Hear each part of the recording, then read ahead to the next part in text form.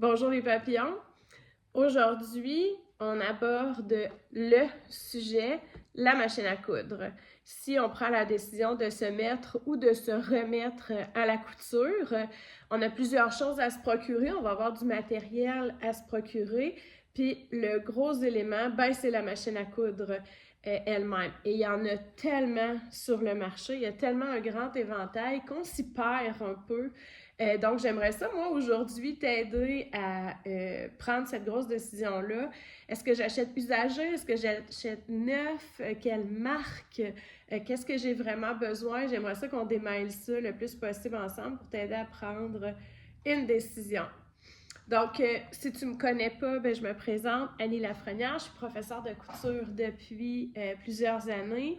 Je couds depuis mes 7 ans et j'aime vraiment beaucoup partager cette passion-là parce que je pense que c'est un super pouvoir de pouvoir faire de la couture, surtout dans mon dada à moi, le surcyclage. Donc, machine à coudre. Il y a deux principales sortes de machines à coudre. On a la machine à coudre mécanique et la machine à coudre électronique.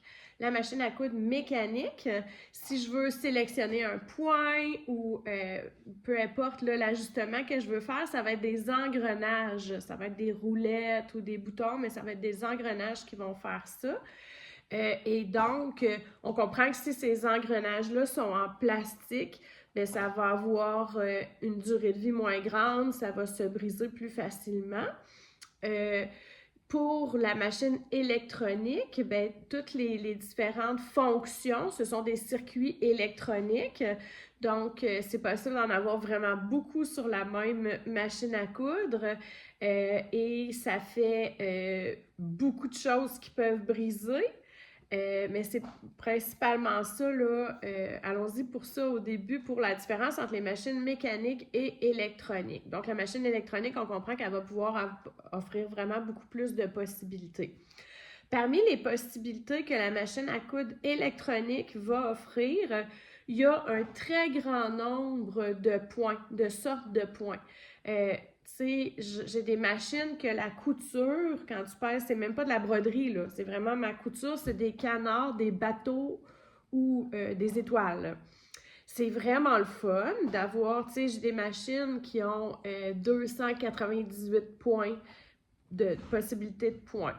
C'est vraiment le fun, mais sincèrement, c'est assez rare que je me sers d'autre chose que mon point droit, mon point zigzag ou bon, certains points de boutonnière ou extensibles.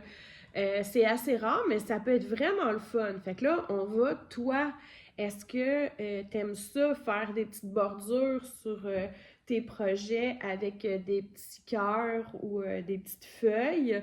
Bien, à ce moment-là, la machine électronique qui permet ça serait une possibilité. Pourquoi moi, j'ai des machines électroniques à l'atelier? C'est que sur la très grande majorité des machines électroniques, on peut régler la vitesse. Même si tu mets la pédale au fond, ça va avancer lentement. Quand j'enseigne à des enfants qui n'ont pas encore beaucoup de contrôle sur la pédale, c'est vraiment quelque chose de le fun de pouvoir régler la vitesse. Donc, c'est quelque chose à considérer. J'ai aussi des adultes qui ont de la difficulté à avoir du contrôle sur la pédale et qui apprécient cette fonction-là, de pouvoir avoir du contrôle sur la vitesse. Ensuite, la différence entre les deux, ben, ça va souvent être le prix. Moi, ce que j'ai remarqué après en avoir tellement utilisé des machines, tellement acheté, j'en ai eu vraiment beaucoup de modèles, de marques et de sortes. Quand j'ai commencé à coudre, les électroniques, ça n'existait pas. Puis après avoir beaucoup jasé aussi avec le technicien qui répare et ajuste mes machines à coudre, j'ai eu beaucoup de conversations sur les sortes de machines à coudre et les choix à faire. Et ce qui ressort pour moi, c'est que si on veut avoir une machine à coudre d'entrée de gamme, donc on ne veut pas payer 1000 $ pour notre machine à coudre, on veut payer en bas de 1000 $, disons, moi, je pense vraiment que la machine à coudre mécanique va être un meilleur choix. Les machines à coudre d'entrée de gamme mécanique font une super job, la plupart. parce qu'il y a moins de choses qui peuvent briser. C'est vraiment plus rudimentaire comme mécanisme. Donc, ça fait vraiment le travail. Les fameuses Singer Heavy Duty, la machine grise que tu me vois utiliser beaucoup, sincèrement, je fais tout ce que je veux avec ça. Puis elle est vraiment pas chère, là. Puis tu la trouves dans les magasins grande surface facilement, cette machine-là. Pourquoi j'ai opté pour ça, pour l'atelier? Ben moi, je fais des cours des fois. Je suis allée faire des cours à Montréal et l'atelier où je vais faire des cours, c'est que ça qu'il y a dans l'atelier, puis il en passe du monde. Fait que je me suis dit, bon, ben ça doit être un bon choix. Puis effectivement, après plusieurs années d'utilisation avec des gens qui sont souvent pas habitués, donc qui vont pas faire super attention, qui vont oublier de baisser leurs pieds, comment ça coûte, des choses comme ça, ben elle fonctionne vraiment encore super bien. Et il y a une capacité, il y a probablement une bonne force de moteur parce qu'il y a une capacité à coudre des épaisseurs. Donc, même si j'ai plusieurs épaisseurs de jeans, il n'y en a pas de problème, elles arrivent à bien coudre ça. Elles arrivent à passer à un tissé super épais à du tricot. Donc, il n'y a pas de problème pour coudre aussi de l'extensible avec ces machines-là, un jersey ou des choses comme ça se passe bien.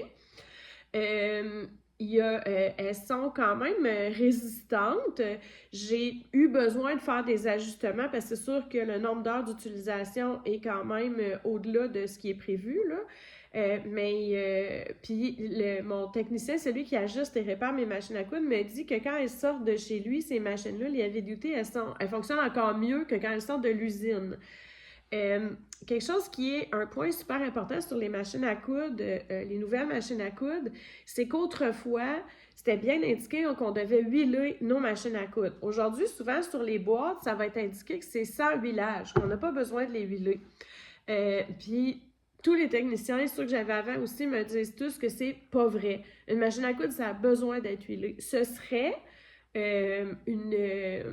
comme une façon de faire durer les machines à coudre moins longtemps, puis que, ben là, on décide d'en acheter tout simplement une autre parce qu'on ne l'a pas payé cher.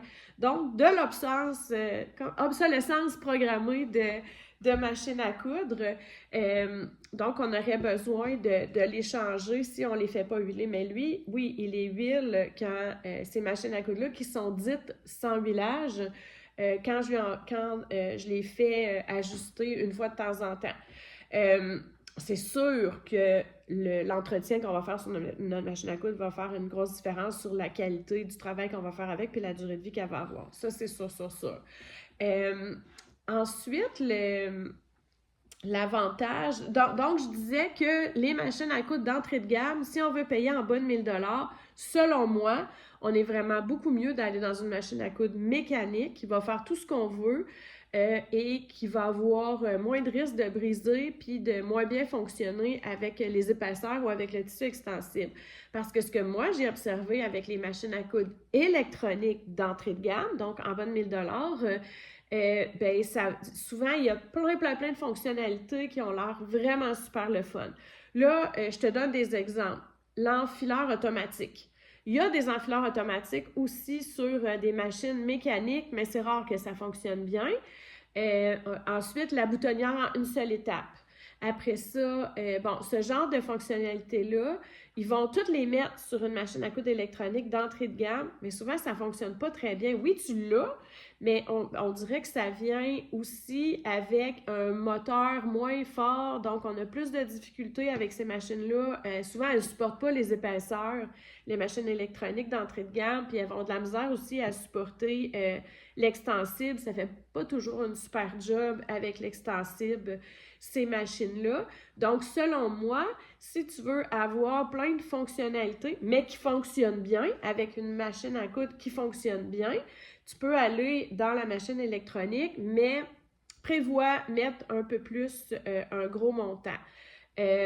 Encore là, ça se peut que je me fasse pitcher des tomates, là, puis comme là où je fais entretenir mes machines à coudre, il n'est pas super d'accord avec ça. Il dit non, j'ai des machines à coudre électroniques d'entrée de gamme qui fonctionnent vraiment très bien. En tout cas, moi, puis il n'y a pas juste les machines que moi j'ai achetées et utilisées. Souvent, les élèves aiment venir ici à l'atelier avec leur propre machine à coudre pour apprendre à travailler avec leur propre... Fait que j'en ai vu de la machine à coudre, puis c'est vraiment ce que j'observe.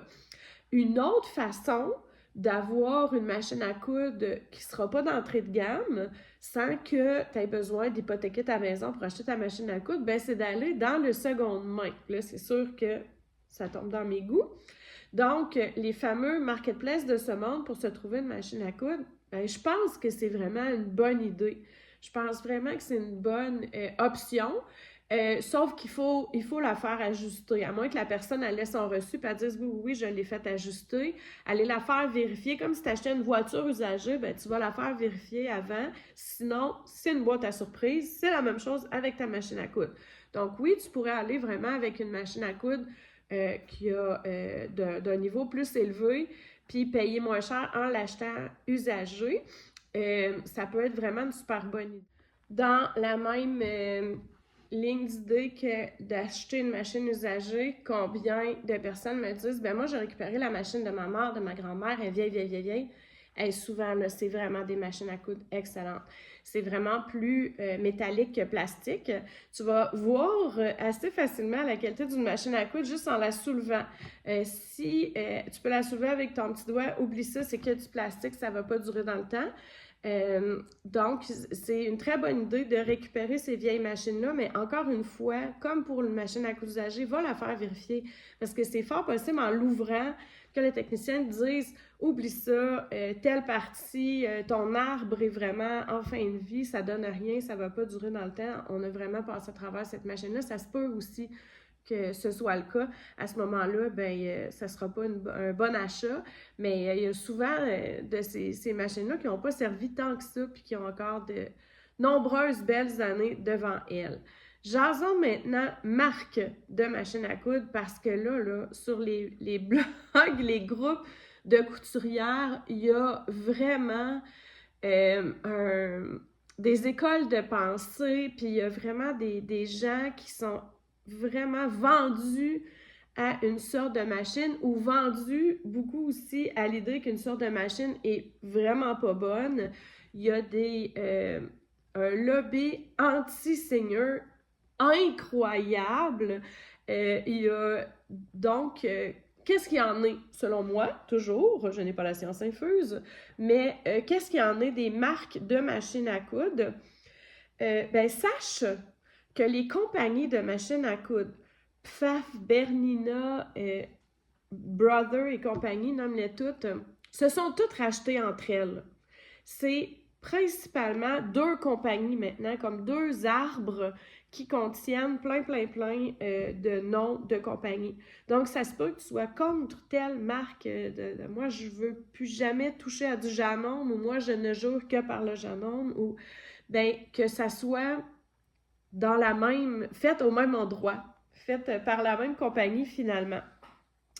Donc, ce que je me suis fait expliquer pour Singer, là, parce qu'il y a des anti-Singer, alors que moi je pense toujours que ça peut être vraiment une bonne marque, c'est que ils se sont toutes rachetées entre elles et le consortium qui a acheté Singer a décidé que Singer, ce serait son entrée de gamme dorénavant.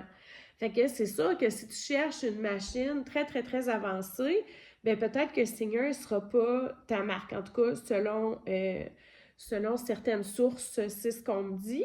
Mais bref, il faut vraiment faire attention avec ça, les noms de machines à coudre, les marques, parce que elles se sont beaucoup rachetées entre elles. Donc, c'est peut-être plus ou moins pertinent de ne jurer que par une seule marque de machines à coudre. Parlons maintenant des machines super avancées. Écoute, dernièrement, il est venu une élève là, pour un cours privé pour apprendre à découvrir sa machine. C'était un vaisseau spatial. Il y avait des lumières après ça, puis des fonctionnalités. C'était incroyable. J'ai un petit peu de misère avec... Ben, en fait, non, faut pas que je ramène à moi. Mais, par exemple, sa machine, on entrait la sorte de tissu qu'on allait utiliser, tissu léger, peu importe. Puis, elle nous donnait les settings qu'on devait utiliser selon elle. En fait, on pouvait aller pré-enregistrer les settings pour plein de sortes de tissus. En tout cas, c'était un ordinateur, là. Là, elle me disait, mets telle pression sur ton pied presseur, utilise telle longueur de poing, mettre attention de fil à cet endroit-là. Elle donnait tout ce qu'on devait faire. Puis, je pense, on pouvait tout le pré-régler ou elle nous faisait des propositions. Ce que je pense de ça, ben, c'est très, très emblématique de notre époque, de devenir paresseux puis de laisser les machines tout faire pour nous. Boucard Diouf, que j'aime trop, là, il disait on est tous devenus pas en santé et gros parce que la machine a remplacé nos muscles puis tout ce qu'on avait à faire physiquement. Puis il donne l'exemple de avant, on était assis dans le fauteuil, on devait se lever pour aller changer les postes de la télévision. Puis aujourd'hui, on a une télécommande.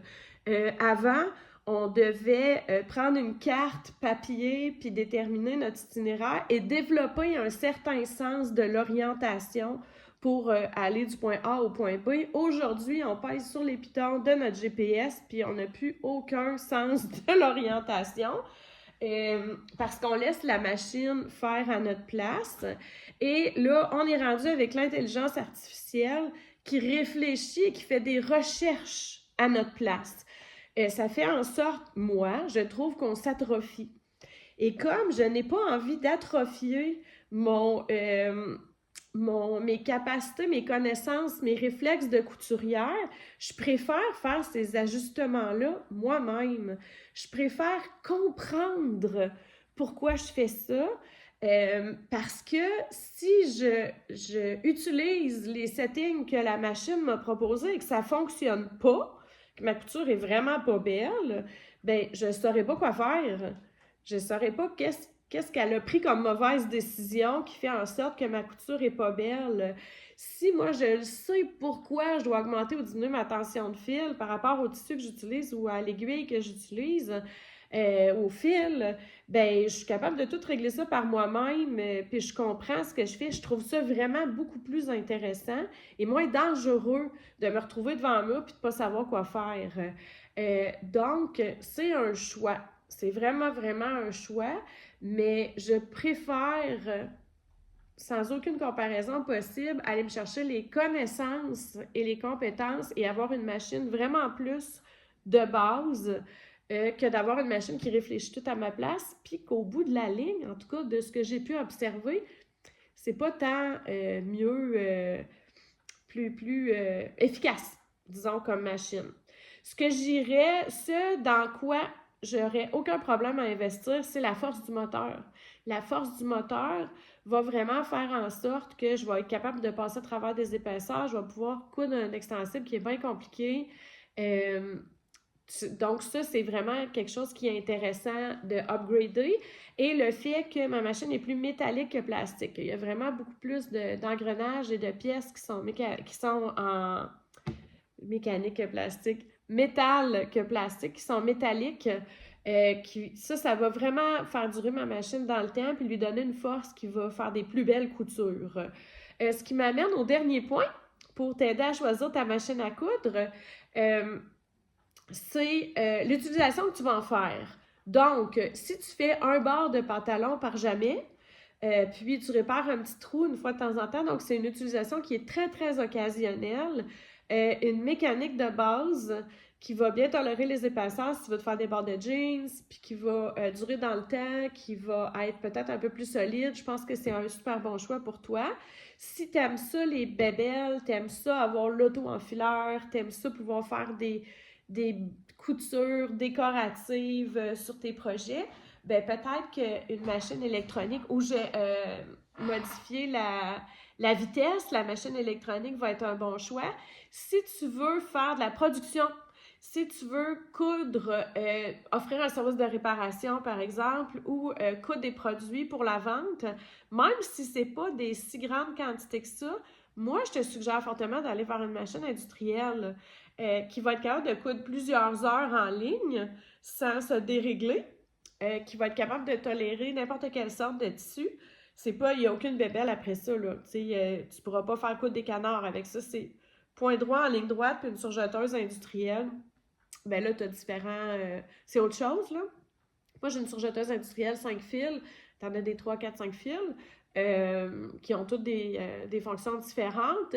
Mais la machine industrielle, si tu veux aller dans la production, ben ça peut vraiment être ben pas ça peut, tu dois considérer ça parce que ça va vraiment t'aider à être plus rapide, à faire des, euh, des projets qui vont être plus solides, qui vont durer dans le temps. Donc, c'est vraiment un bon choix pour toi.